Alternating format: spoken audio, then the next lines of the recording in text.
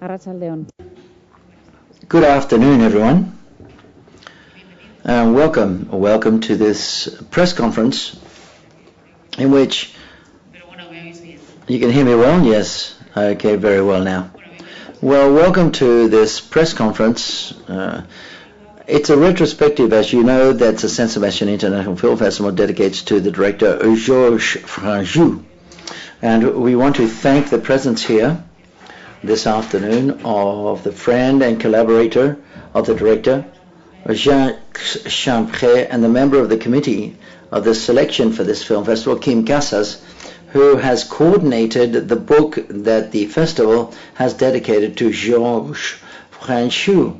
And we also have with us Antonio Santamarina on behalf of the Filmoteca, which collaborates in the publishing of the book. And I think he's going to say a few words and introduce this press conference. Hi, good afternoon. The truth is, the person coordinating the book, along with Quim Casas, who is more the grey matter or the brain behind the coordination, along with Ana Cristina. But Ana Cristina has not been able to come along this year. Traditionally, she's always been able to arrive. So therefore, what she's done is taking full opportunity that we both share an office at the Spanish Filmoteca. She's given me a text that I'm going to read on her behalf. She says, Ana Cristina, that she won't take full advantage that we present this book to talk about an aspect of Georges Franju who is not present in other directors. Two friends, Henri Langlois and Franju, great aficionados of cinema, created in 1935 the Club de Cinéma, a cine club where you can see classic films or that are not too widely disseminated. That's where the need of locating these films and to conserve them and preserve them. And that's why in 1936 they found Cinématique Française to safeguard these films. A reflection of this is a Cinématographe journal or magazine founded in the next year.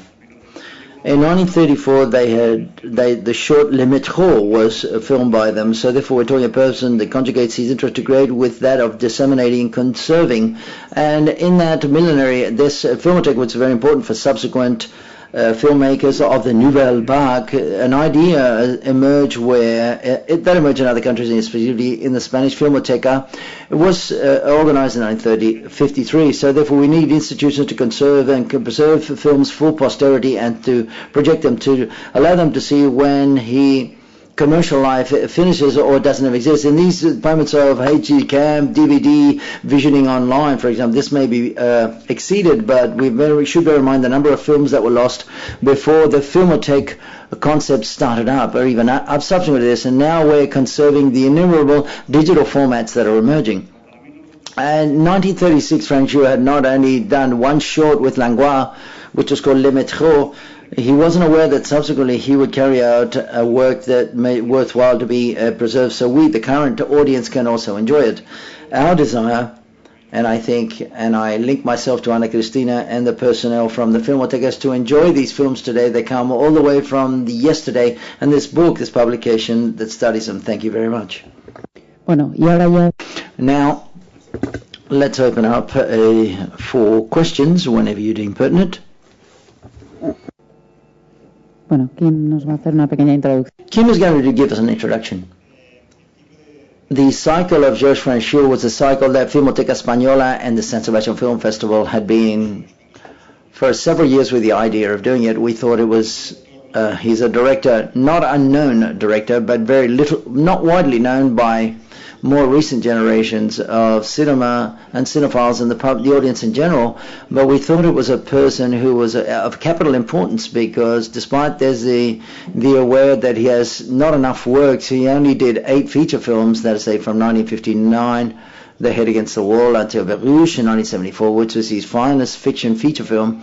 But in exchange, he's got a lot of production, which is possibly one of the most interesting elements of a retrospective is of that enormous short films and documentaries that he filmed. He did many films before he debuted.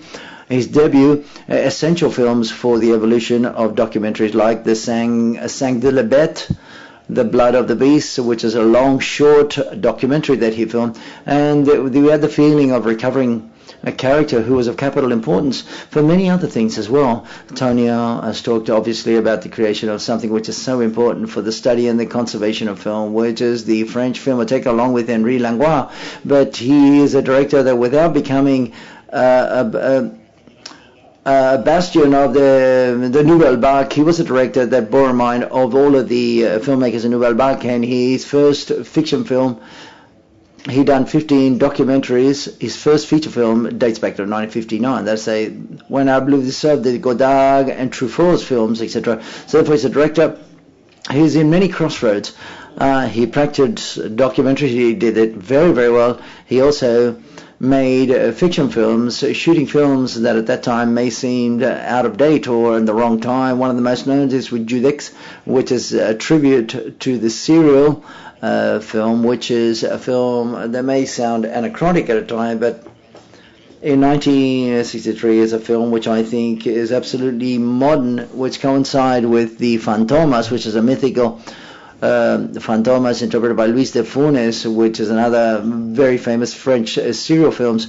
It has a lot to do with Jacques Champreux and Georges Franju, which is the scriptwriter of those films. Franju's work is always in the crossroads between fiction and documentaries, reality, recreation, manipulation, that is to say. But he always talked about his documentaries as fantasies and his fiction films as documentaries. So therefore him, there was no distinction. And one of the ideas of carrying out this retrospective and the text in the book is precisely to try to analyze his style, which is practically unique. No other filmmakers in France, as well as in other countries, have cultivated where, as precisely as Georges Franju. There's a film, for example, that is going to be shown in one of the short sessions. It's his last short and the first where he started to link himself to fiction films, which is The First Night, a 1958 film, a short. We can see it as an absolute fantasy of a wealthy child, when he is driving in, his chauffeur's taking him from school to his home. He escapes from the car to follow a girl at school who's fascinated with. He pursues her within the metro, an underground, which is a space that has to be discovered. He gets lost in the metro. He's trapped all night in the metro. There are a series of almost phantasmagoric visions.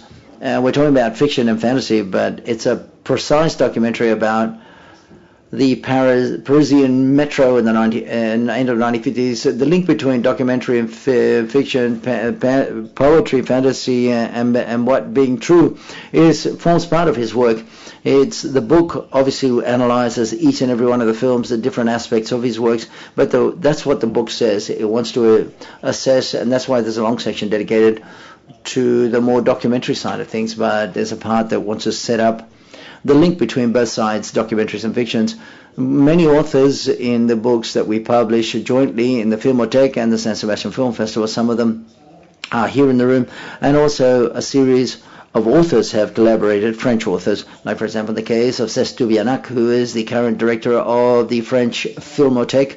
We believe he was the most suitable person to do so. It's impossible to find anyone better to talk and to give us brushstrokes upon the relationship that Henri Langlois and Georges Franju had, which generated the creation of the French Filmothèque. But one of the most stimulating aspects for those of us who have written this book is to have Jacques Champreux with us, so that he could write the prologue. Jacques Champreux not only is the Judex scriptwriter, but he's also the scriptwriter and protagonist, albeit we never see his face, of Nuit Rouge and Red Nights, which is on the cover of the book.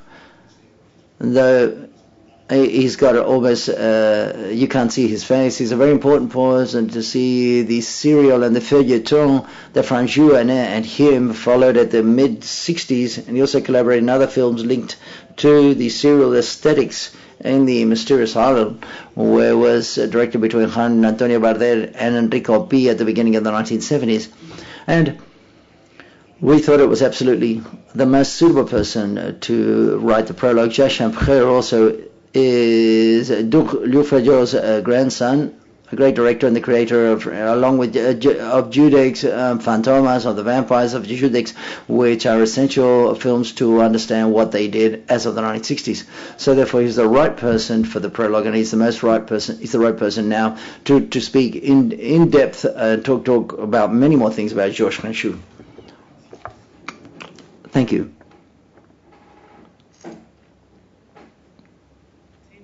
Yes, please. A question with the microphone, please. Hi, good afternoon. Hi. Before entering into talk about Georges Franju, I would like to know, your father made a version of Judix in 1933. What was that version like, and what was the man without a face, the original man without a face?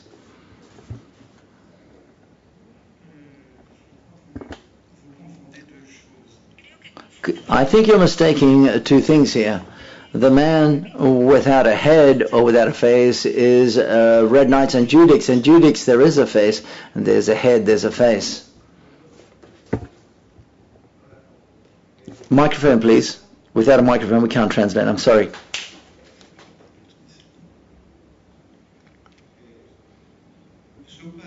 Your father did a film, Judix, in 1933, is that right?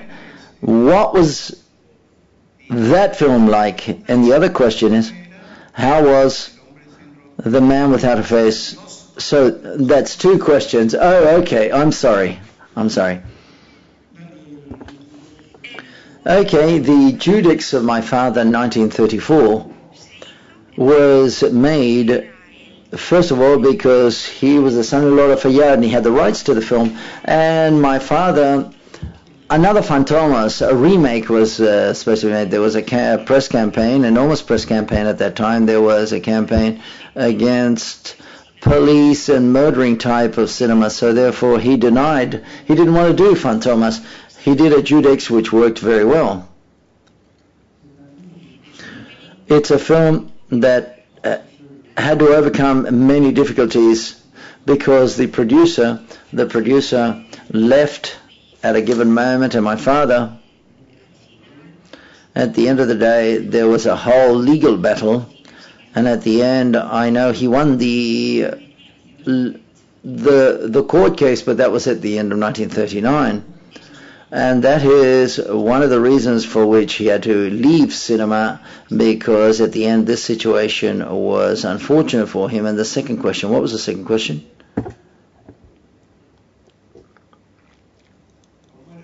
Well, what was the series, The Man Without a Face, the original Man Without a Face series? Well, good. It was a great deception for Franju and for me. Why? Well, because TV all of a sudden called us up and said, "Do you want to shoot Fantomas?" And we said, "Well, we got very lucky. It's just like we got very lucky. We'd been wanting to do Fantomas for many years, and we said, okay, let's do it. Let's make it. Let's make the film. But the condition is that we should shoot with period piece costumes, and so that we can make people afraid, and plus for there to be sufficient money, enough money as we need." And they said, okay, you can frighten people and make them afraid and use as many costumes as you like, and you'll have all of the means available to you. That means that after 3 or 4 months of conversations, well, we ended up having nothing. We had absolutely nothing. And at that time, I had written a script because I profoundly admire Elon Chanel, the father, the man without a face. And so therefore he had written something. I'd written something, but I didn't know whether I was going to make a comic but within it there was a pile. I wanted to play a role myself in the film, and as Fantomas was an idea that we had left and abandoned, but there was a certain amount of capital. I immediately proposed replacing, quite pretentiously, to replace Fantomas by my Man Without a Face. And that's the story. Next question, please.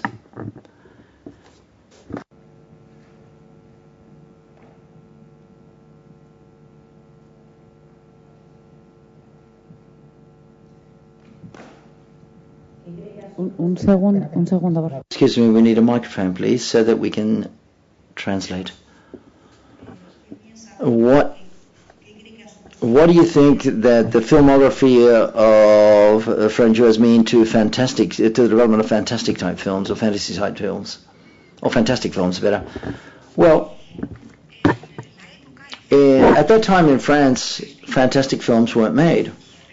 Fantasy films weren't made. And I recall very well that with Yves Roiset, who should know at least his name, and Francis Lacassagne, who I'm sure you also know, because of his contribution to cinema, I and another fourth person whose name I've forgotten at present, but he wrote a lot of police novels or detective novels. The four of us, we did safaris into Belgium to go and see films that you couldn't see in France. We went to Belgium to watch them. Boisset at that time had a small car. There was four of us, and it was a real ordeal to go in that small car all the way to Belgium to see fantastic films. And Franju was the first person that imposed fantastic films in France, and the first one to impose it in the US, the name of a director of fantastic films.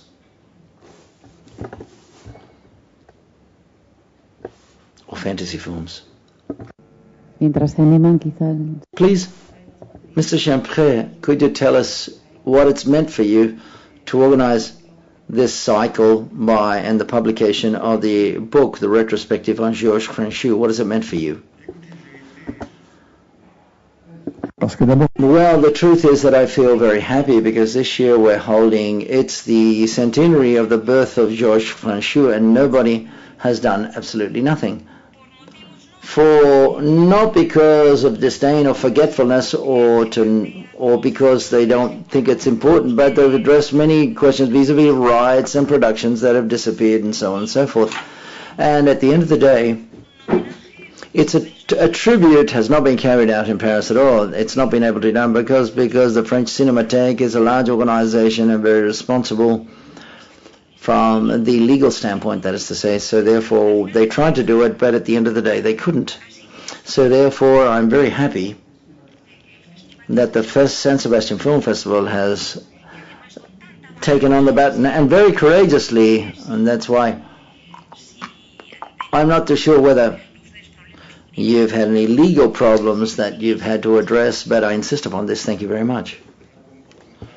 There's a documentary short film that's missing because the copies that are preserved of those films are in a very poor state and you can't project them. And the truth is, Franju did a lot of things for TV as well. There's a documentary series, Chronicles of France, and also video and feature films for TV, and the rights. The specific case of a film that's been seen relatively very little that he made for TV, an adaptation of Lina de Sombra, The Line of Shadow by George Condrac, that because of problems with the TV that co-produced the film, there's no way of being able to manage to have it in the cycle. Some films we have the 8 fiction feature films, and some of the documentary short films has been relatively easy to manage to achieve the copies. Like, for example, the Forum of Desmas in Paris has also collaborated in the cycle. In this retrospective, in this cinema retrospective of classics filmmakers, is very complicated to achieve rights and copies in good conditions. It's very complicated. ¿Alguna pregunta? Any further questions?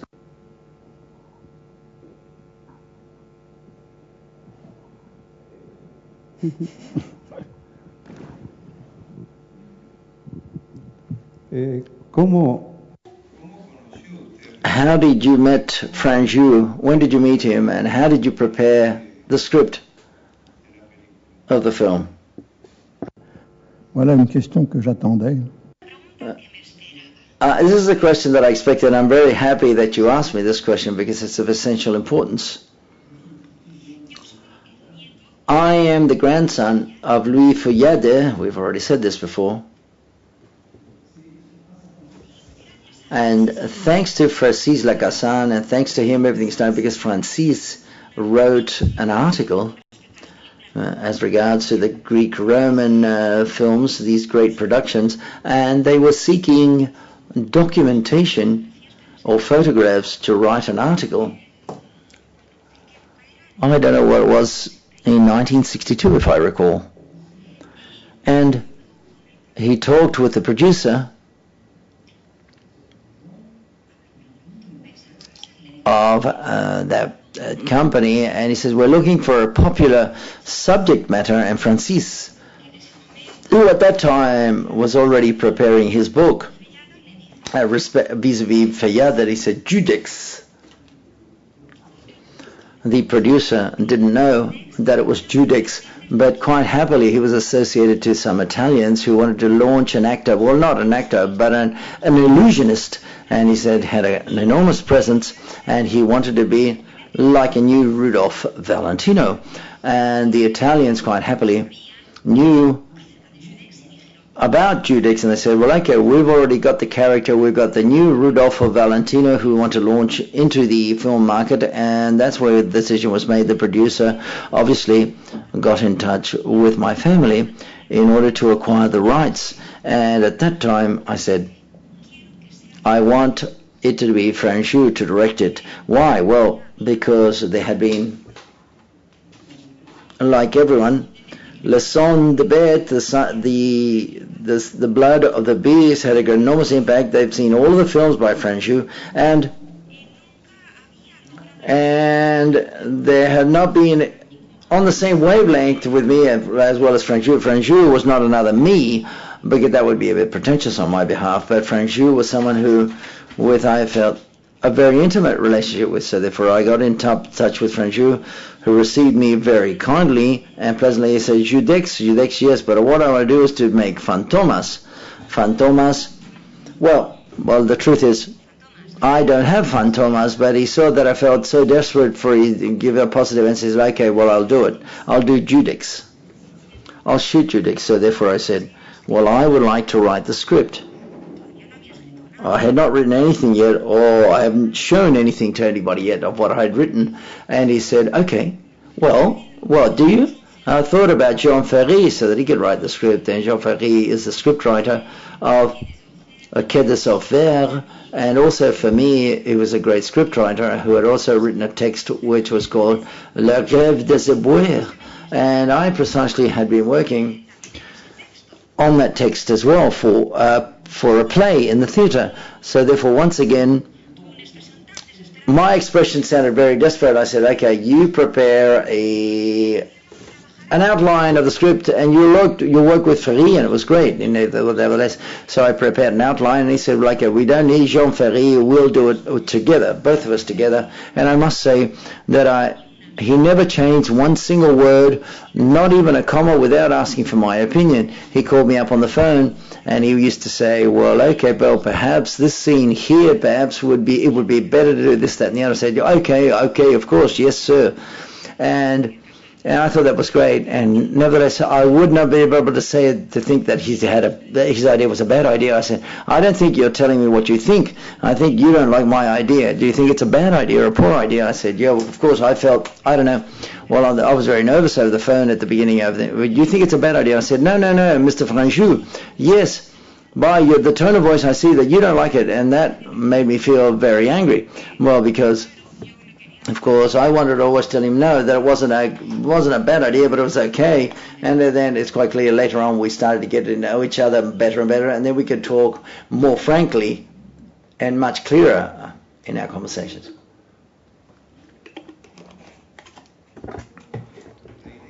The idea of the masquerade dance by Judex, how does that emerge? How is that created?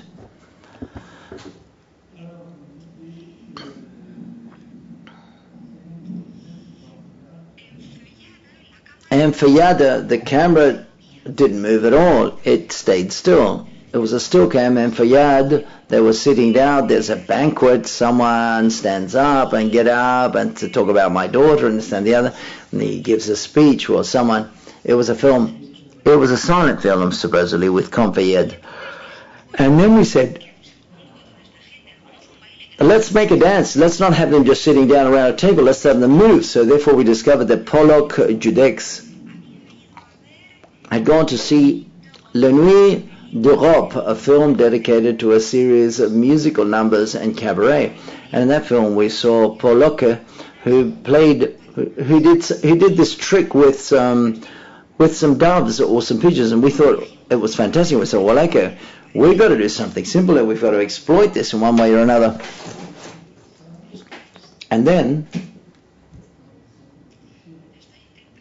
I'm trying to remember how was it?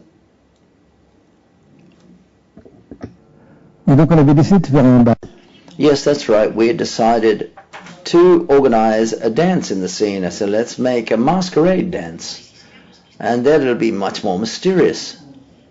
So we started to write.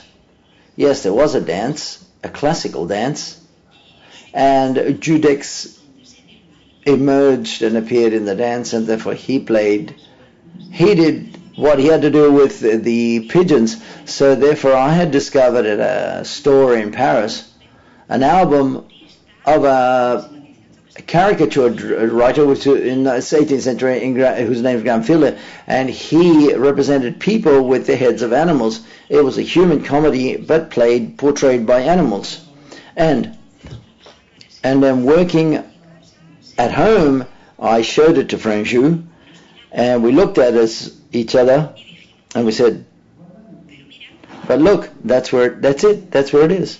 And Judex appears as a bird in the middle of a dance and plays, and he does his performance with some birds. And so this is incredible. That's incredible. If the audience believes it, well, that'd be great. Judex will be saved.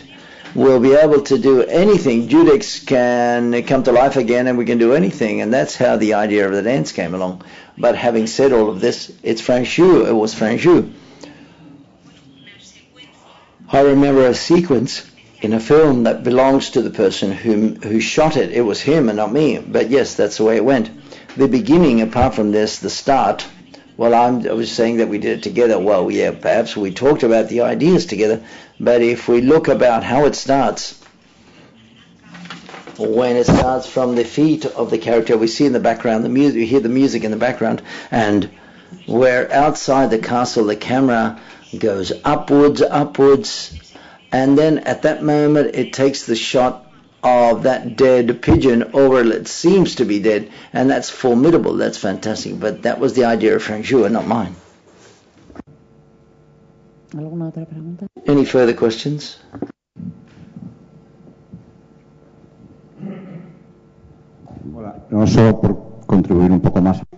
To contribute to the knowledge of Franju, I would like to let Quim specifically talk about an issue which is a current issue. It's in the book. It's also mentioned in Cayman in our next copy, an article upon Franju which addresses the same thing. Was the notable influence of Franju upon many contemporary filmmakers, especially as in the wake of some of the recent films, the possible influence of Franju upon certain filmmakers and films that seems to have never finished, but more recently these have been clearly seen. I would like to know, Quim, can you give your own impression upon all of this? I'm interested to know your point of view upon this, your own reflection upon this, that possible influence of Franju. You've got Carlos behind you. Carlos's article, I've already read it in this case because of Carlos's article and the article that our colleague Eulalia Iglesias in a magazine publishes. It deals with the same issue, but I was interested in your own reflection upon this as the coordinator of the book and as a person who's been right on top of that cycle, and you've had the occasion of going further in depth into dealing with Franju's works. What's most interesting about Franju is there's a direct influence and a more complex one to see.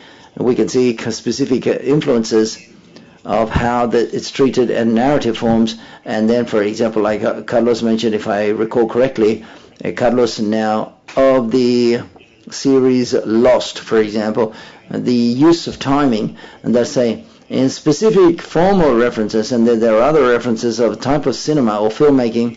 Franju, for example, who initially, I said this before, is a bridge between trends and currents and modernities and post-modernity.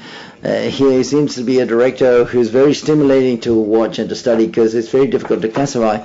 And it's true that there are surprises, like, for example, this year in the Cannes Film Festival, one of the events, quote unquote, was the recovery of a director who is one of my preferred directors. This is into his third film, and then something else, which is Leos Carax. And it was a great surprise for me because, albeit you can go over little inferences or whatever you want of Boy Meets Girl and Novosank, his first two feature films, Holy Motors, when he goes back to the feature films. I don't know whether Jacques Champreux has seen this film. All of a sudden, which is what Gauguin also uses, that's a certain metalinguistic reflection and homages and tributes, and that surprised me, and I didn't expect. And all of a sudden, not only is it the use of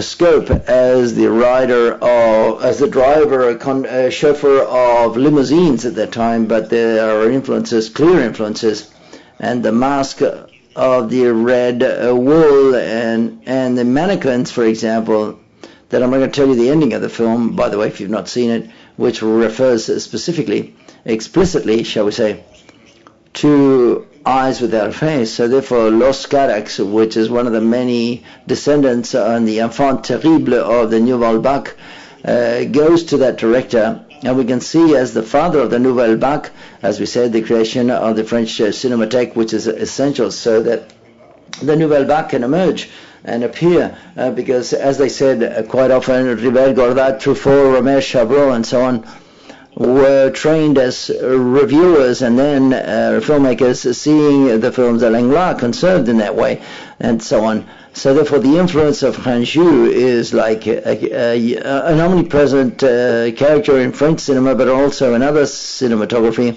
And it is one of the ways in which one of the reasons this cycle was made, to recover a filmmaker that, for many people, I imagine, 1963.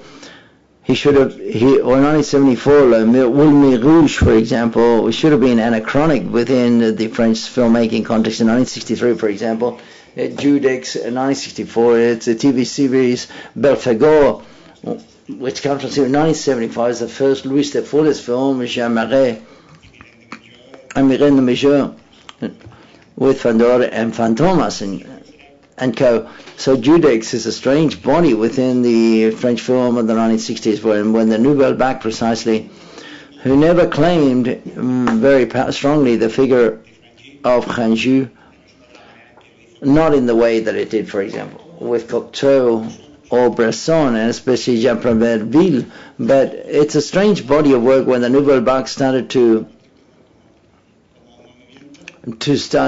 remit as a movement, but Franju, the figure as such, is very present. And that's one of the aspects which I believe to be interesting, and made us write this retrospective. I think Franju, some people know about Eyes Without a Face. It's been edited in DVD and versus in Spain, for example. But there's a general lack of knowledge and documentaries, for example. People appreciates the Blood of the Beast, Eulalia, for example, in the article of Cayman. I've not read it, but in the book, Eulalia talks about the Blood of the Beast, but the references, for example, all of a sudden, the Blood of the Beast, for example, Sang de la Bête is a documentary style which is translated into certain documentaries of fiction films, and 10 years later, but we see an Eustache and the Cochon d'Estage and directors, current Portuguese directors, so there's a figure who's quite present. And in this sense, I think it was convenient to bring him out and bring him into the light again. But once again, I repeat, Carlos explains it much better in his article. ¿Alguna pregunta? Any further questions?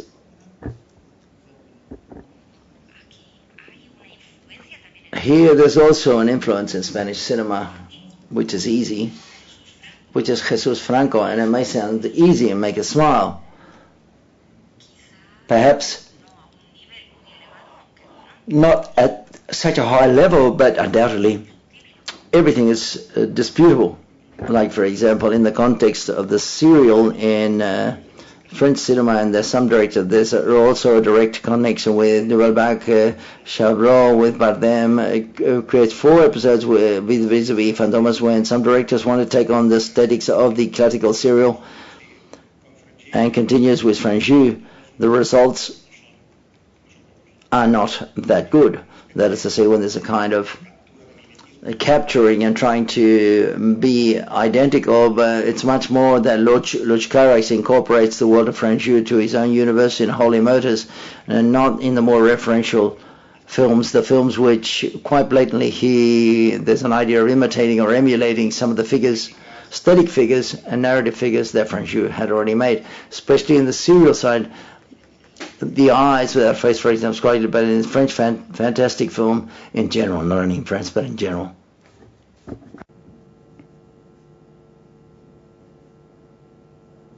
Si no hay ninguna... There are no further questions. Pardon.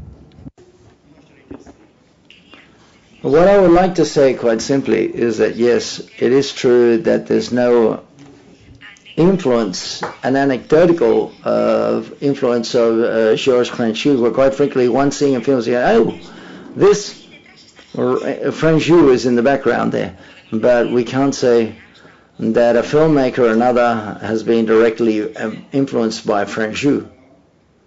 It's chance or not. I don't know whether you saw, I don't remember the name of the director, upon the Bembaka case. And there's a turmoil of the French secret services to capture Bembaka. There's a person that offers Franju the shooting of a documentary. Everything was false as of there, and as of that trap, they set up that, and he was arrested by the French police. So it's quite curious, the film. Who's the director? I don't remember now. Whatever. But the film that evokes, shall we say, that case, the actor who plays Georges Franju is Jean-Pierre, one of the faces or the images which are a prototype of the Nouvelle Vague, the innocence of Truffaut, Godard, and many other things. And it's quite curious, and the director that he played in Bertolucci's Last Tango in Paris. I'm not sure that it's a casting, a by chance casting by Jean-Pierre Delot, for example. I think it's poetic justice, so to speak. You directed a film.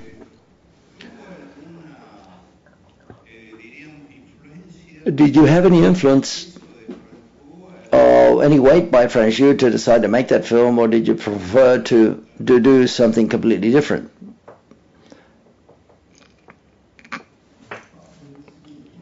Well, I decided to do what I wanted to make. I didn't worry too much about, well, because the truth is, above all, I was influenced by the Mysteries of Paris, the popular French novels, and Franju also liked them very much as well. We were more in communion, more in a situation of one influencing the other. And I would like, and as before we've talked about Mbaka, whether it was something very important and very tragic in the life of Franju. And this issue of Ben Maka, he was a Moroccan independentist leader who was kidnapped by the French secret services, and he disappeared, and he was never found. The French secret services, well, they hired people in order to attract Ben Maka after, well, there was a whole story of artistic relations and so on and so forth, relations that weren't too clear, where it wasn't too clear, but the fact is, in order to attract him, they proposed Franju that he make a film upon Moroccan women, and so therefore he was going to meet Franju, and they had made an appointment in a restaurant at Saint-Germain-des-Prés, and Franju was inside the restaurant, and this man was kidnapped on the footpath while Franju was waiting for him in the restaurant. And Mbaka died. His body was never found. We believe that he's buried in a house, in the yard of a house in the outskirts of Paris, but perhaps under an enormous amount of concrete. But a few months after his death, Franju said, Ben Barker thinks that he's dead, but some people think that I handed him over, and that was quite tragic for him, that they thought that he'd handed him over to the police for the kidnapping. Bien, damos por... Okay, that's the end of the press conference. Thank you very much.